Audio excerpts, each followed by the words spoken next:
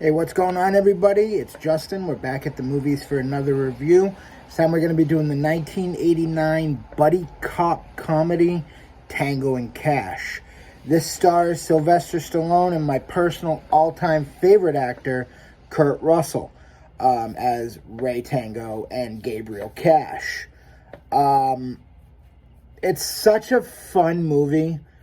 It's silly. And that's what makes it work. It doesn't take itself seriously. And sometimes buddy cop movies can be too serious.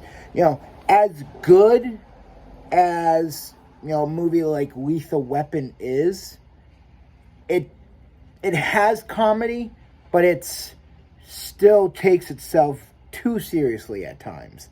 Now, as the sequels progressed, the comedy is more, out there in the open, whereas in the first one it is more of a straight shooting, no nonsense cop movie, whereas Tango and Cash, it's male machismo. Just, I need to outdo this guy.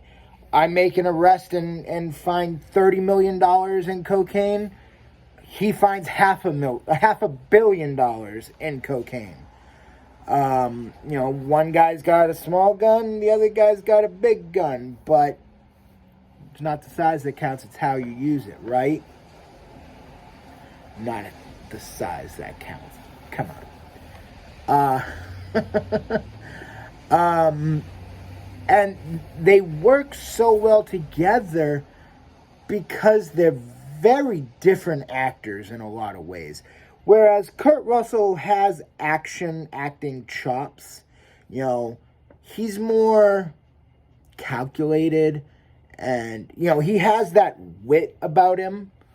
You basically, if you took Snake Plissken from Escape from New York and added, any, like, Captain Ron, and you put those two together, you would have Gabriel Cash. No nonsense, but he'll put a chair in on your throat and make you talk while cracking jokes. And Sylvester Stallone is more straight, more stiff, but then he'll crack that one-liner that he's always known for. That. Like the likes of Arnold Schwarzenegger. One of my favorite one-liners of all time is, there's a particular scene where they've been framed for murder, are sent to prison. They were supposed to go to a minimum security prison. They get sent to a maximum security prison, and they escape. And the way they have to escape is jumping off a building onto an electrical cable. Kurt Russell goes first. Stallone has to fight one of the bad guys that are in prison. And then he eventually comes down and lands. And Kurt Russell goes, "What'd you do, stop for coffee in a Danish?" And one-liner that I love, "I hate Danish." And this was when he was going through his divorce from Bridget Nielsen. So that was a crack at her. And when you learn about this stuff as you get older, it just makes you laugh. Like, when the first time I saw this movie, I had no idea what that was, what that was about. It was just funny. But then, you put it in context and you're like, oh, that's good. And that's what these actors do. If something negative happens to them, rest assured, most often there's going to be some kind of, retort, come back in a future project. So Tango and Cash is no different. So, the simplicity behind, and there's even a sign like, "You just fell for the worst trick in the book, oldest trick in the book. Bad cop, worst cop." But they're both good cops, and they're both funny cops. And they're both, they're just two different sides of the coin that just work so well together. And it's really unfortunate that this movie didn't get a sequel, because Tango and Cash is so enjoyable.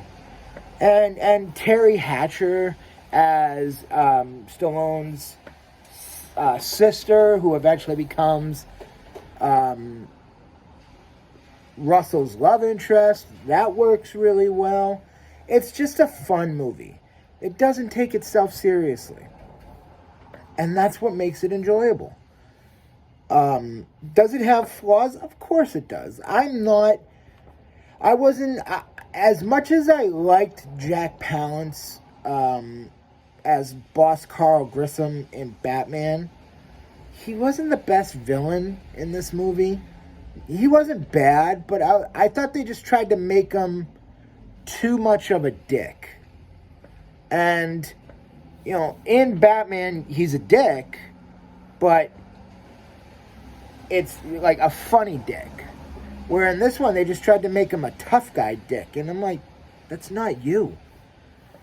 And then, the backstory of how he was framed, and, there are weaknesses in the movie, but overall, it's funny, it's entertaining. It doesn't rely a lot on action, which is good. That's kind of a step back from Stallone at this point in his career. Like, he didn't go over the top. It was simple. I think the most intense scene in the movie is him with his little revolver trying to shoot out an 18-wheeler that ends up having a massive amount of cocaine in it. So, it doesn't rely on big... Although there is a big over-the-top action scene at the end, but it involves an RV from hell. Care to join me? It's a badass scene. And the ending was fine, a little anticlimactic for me, but it's still an enjoyable movie. It's one of those movies that you just turn your brain off and you can enjoy it for, the 90 minutes or so that it lasts, and then that's it. You turn your brain back on and you go about your day. So 1989's Tango and Cash, 7.2. It's a good movie. It's not great. It's not bad. It's a good movie. You turn your brain off. To quote one of the famous commercials, you set it and you forget it. So you set your brain on blank and you just go. That's it. Tango and Cash, 1989.